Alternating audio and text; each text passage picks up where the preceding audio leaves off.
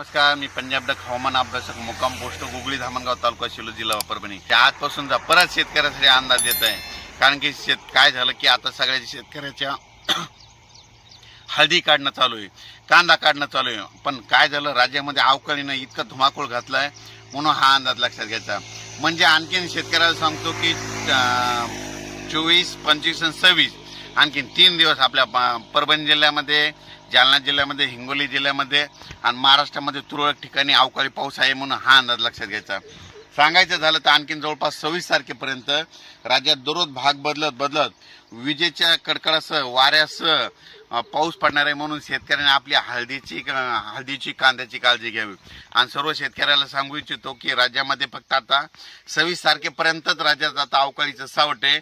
पण परभणी जिल्हा आणि जालना जिल्ह्यामध्ये मात्र 28 तारखेपर्यंत अवकाळी पाऊस राहणार आहे, भाग बदलत राहणार आहे. म्हणून हा अंदाज लक्षात घ्यायचा.